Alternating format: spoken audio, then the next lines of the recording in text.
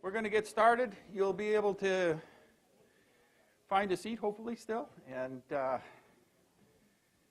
hear what goes on. So let me get started by giving just an overview of what we're going to do tonight. We'll do just a real quick intro and review of the cohorts, the last two cohorts, the 2015 Accelerator cohort, and also the spring online cohort, both which completed in the fall. Then Thane's going to give you an update on the Miller Center. Cassandra is going to give you an overview of the entire programs, both Accelerator and online. Karen will update you on the specifics of the online cohort and the schedule. We got a special speaker, Axel Brashett, who's going to talk about microfinancing. So look, we've been adding experts as many places as we can to help the mentors work effectively with their entrepreneurs. So we're going to be able to introduce a large number of those, and then a little bit about some new programs that are coming online. So this is the first time we've held mentor training in a combination of both the Accelerator and the online program. So you'll see people here who do both, who do one or the other, and a lot of new faces. People who are coming on board as mentors or are part of a group of people who are interested in learning more about mentorship. So I encourage you to mingle, to talk to them, to share your experience if you're an experienced mentor, to share with other folks, and have a good time. All right. So first, foremost, going to the 2015 Accelerator Feedback from the Social Entrepreneurs. Many of you have seen this before, but as a summary, we kicked butt. It was the best cohort. Yes, give yourself a round of applause. It was the best cohort we've ever had. Just terrific individual entrepreneurs with great businesses, terrific mentoring and support. The investor showcase was exemplary.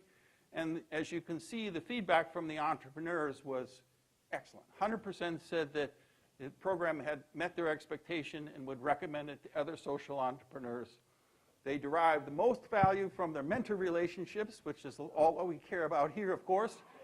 And they credited the program helping them talk with investors, refine their business plan and model, refine their strategy, and the peer-to-peer collaboration. I mean, so this is kind of like what we would like to have on our marketing slide, right? This is so. And the fact that, well, to my experience, this is a consistent outcome. That this isn't an anomaly. This happens year after year, and we continue to make incremental improvements to the program. Shows that we're on the right track, and I'm very appreciative of the mentors and the content leads and the other people who have supported. So one more time, congratulations. Now, we're not perfect. At least some of us aren't.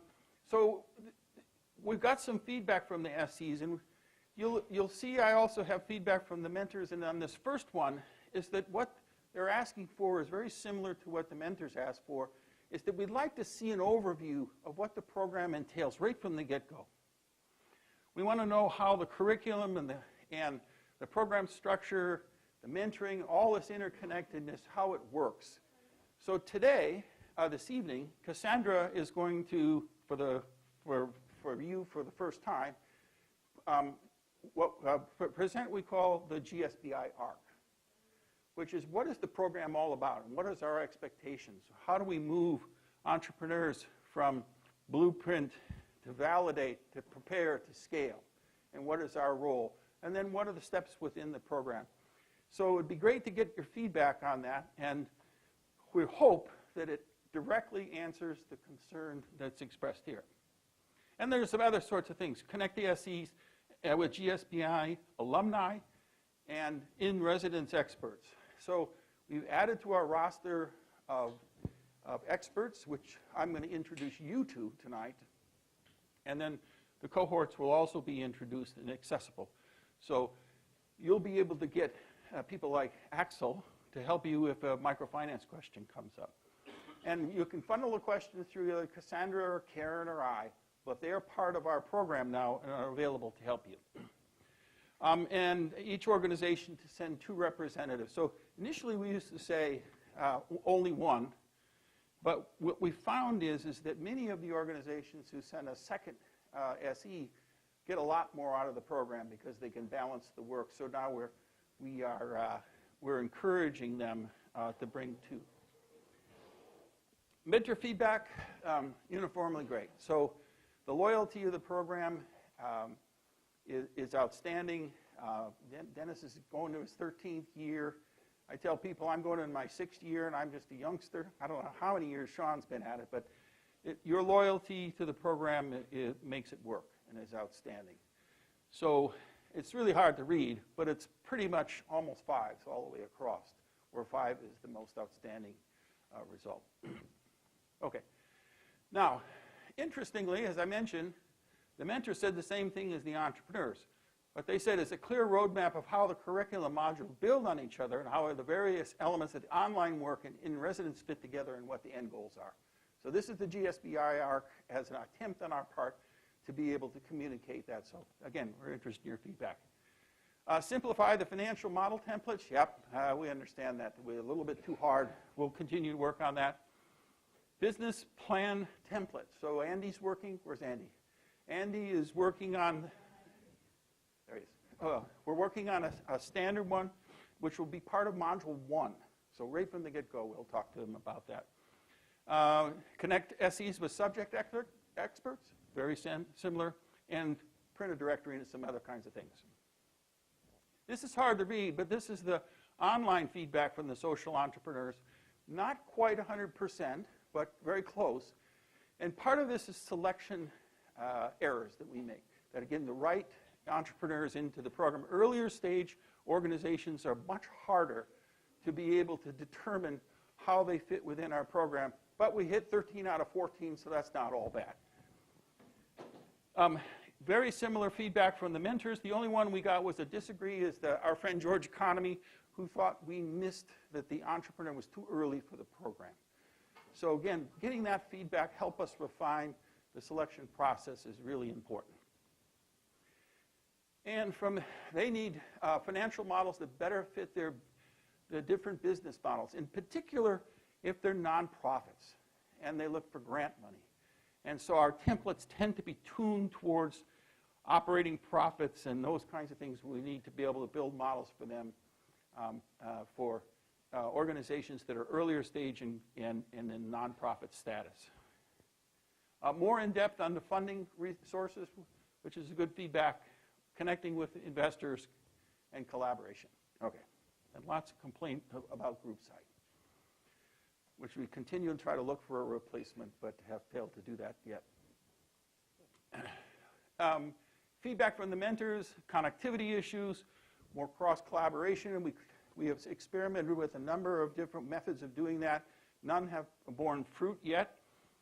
More time for the SEs. They tend to move more slowly through the program than the Accelerator SEs, so give them a little bit more time.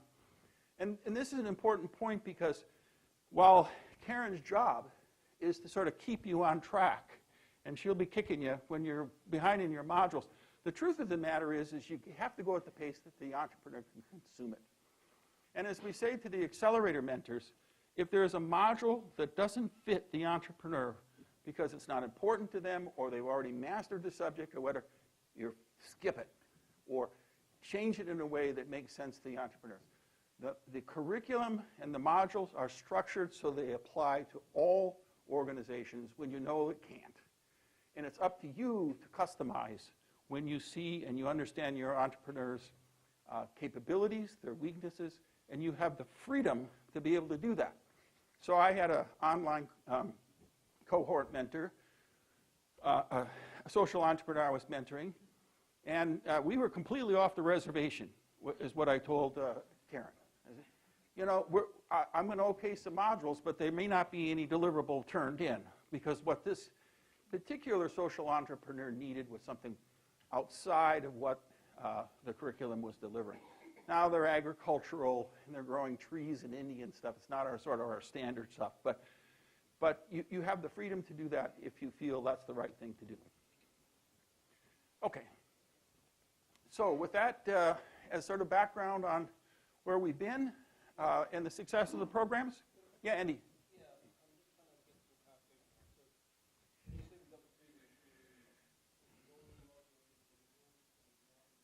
Yep.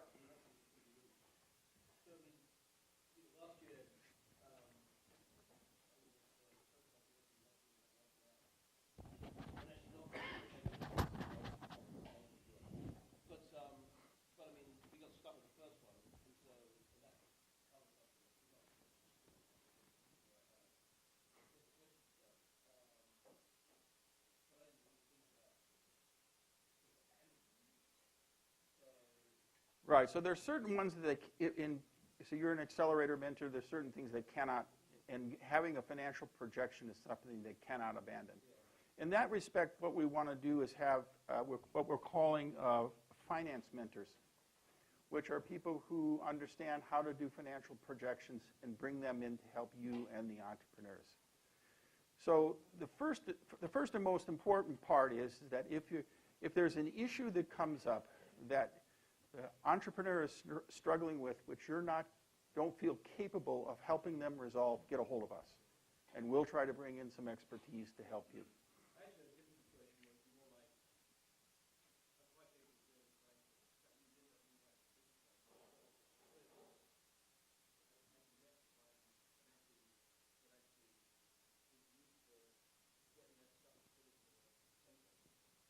Yeah. Right. Templates are guidance. And if they have a method that is accurate and understandable and produces the results that we want, that's acceptable. Because we're going to abstract it anyway. So in a presentation format, and when John or Anastasia or the other members dig into it, you want to be able to be sure that they can understand it. And I can assure you that if the majority of the mentors here are less familiar with digging around in numbers than John and Anastasia, and if you can understand it, they'll understand it, and that's good enough. The template's only guidance, okay?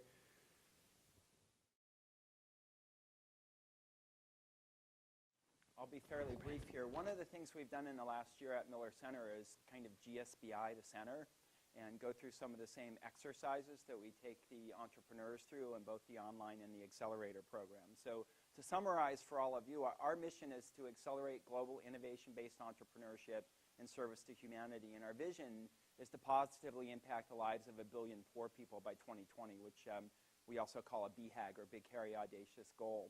Increasingly, you're going to see us focus on social entrepreneurs that are addressing issues of climate resilience, helping communities, poor communities around the planet, mitigate the effects of climate change on those communities and adapt to them through off-grid energy, safe drinking water, sustainable rural agriculture. This will probably resonate with a lot of the enterprises that you're working on.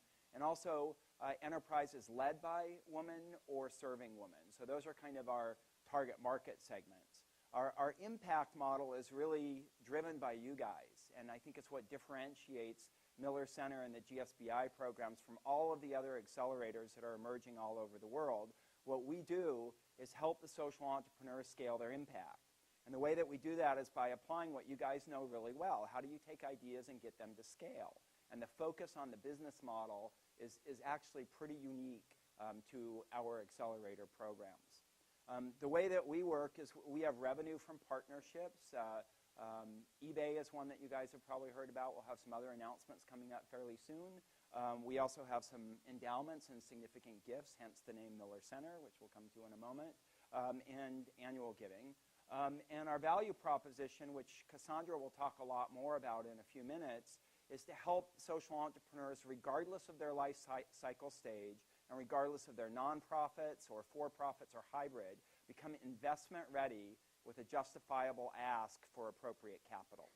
Okay, and that's a really important thing, because if that's what our value proposition is, how do we measure our success? It's whether or not the social enterprises get invested in. Okay, so that's one of the things we really look at. And our growth strategy, very simply, is to help more social entrepreneurs, help more people living in poverty. So Miller Center, there's been a little bit of confusion about what Miller Center is versus GSBI, so I wanted to spend a moment on that. For many years, I came to Santa Clara a little over 5 years ago. The center was known as the Center for Science, Technology, and Society, which didn't relate to anything that we did, really. And what you can see with this diagram is social entrepreneurs are at the center of everything that we do in Miller Center for social entrepreneurship. So GSBI and all the programs in there, which Cassandra will tell you about, really help the social entrepreneurs directly build their business models and scale them. The Impact Capital, led by John, helps facilitate appropriate flows of capital to investment-ready social enterprises and comes up with new vehicles for investment like the demand dividend. And then our Education and Action Research program, led by Keith, places student fellows to work with GSBI alumni and add real value to the enterprises through measurement and evaluation, documentation of operating procedure, and creation of marketing materials, for example, in the 9-month fellowship program. So everything we do at Miller Center focuses on helping social entrepreneurs scale their impact. And what I'll say is, in the last couple of years, the GSBI team in particular has differentiated the programs so that they're tailored to the life cycle stage of the social enterprise. And what that's enabled us to do, in combination with more and more mentors coming into our community, is help more social entrepreneurs. So you can see for the first 10 years, 9 years of the program, really through what we call now GSBI 1.0, we worked with somewhere between 15 to 20 social entrepreneurs a year.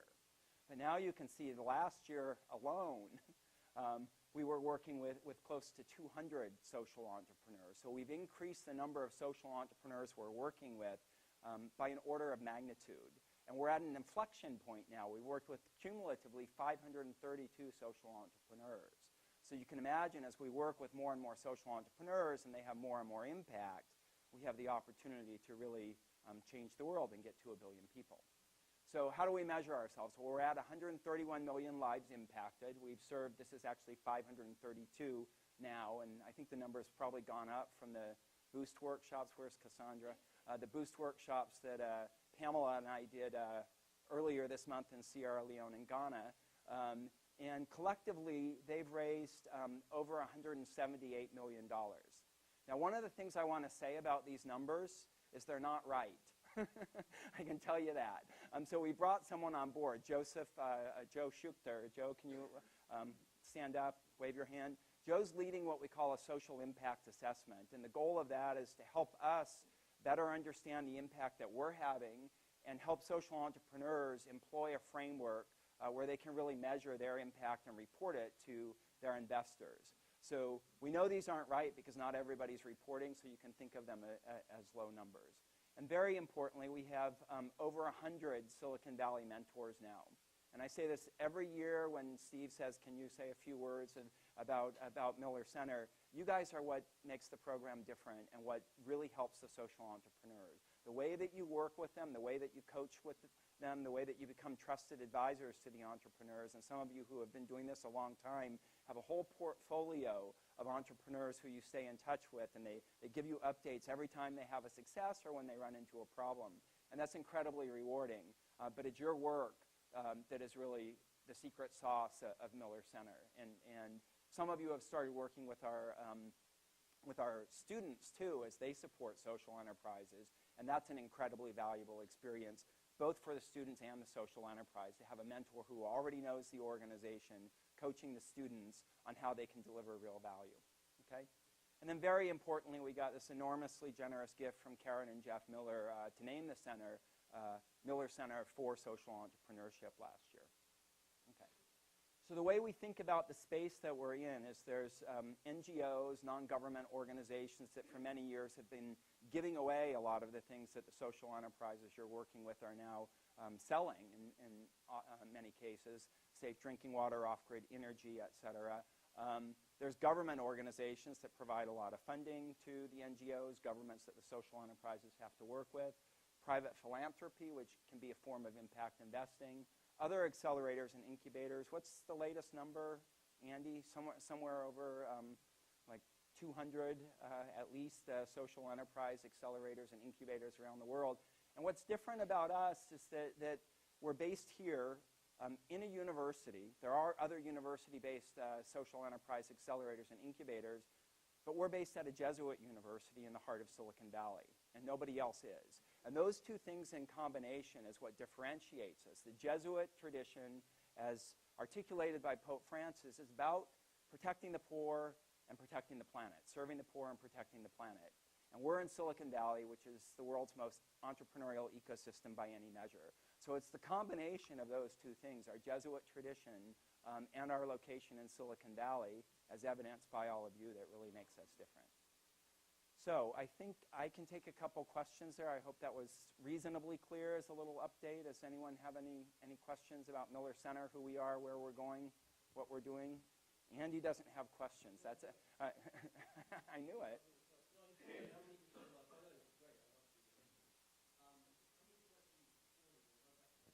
How many of the entrepreneurs are reporting?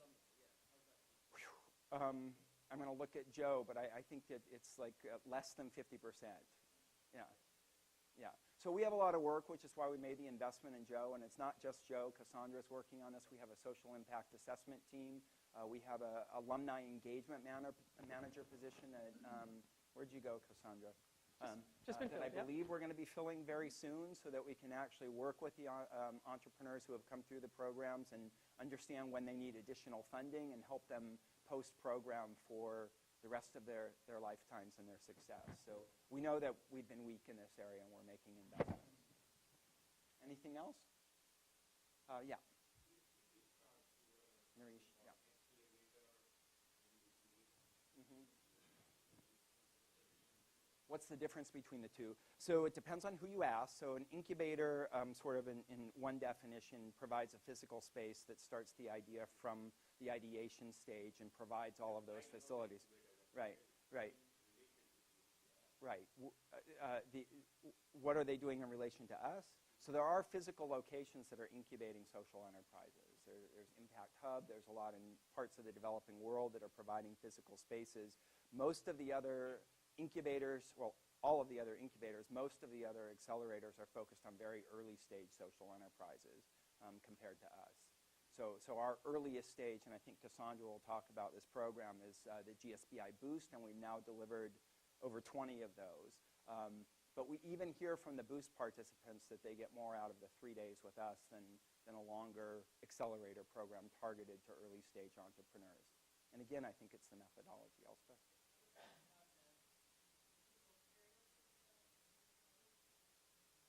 Climate resilience, yeah.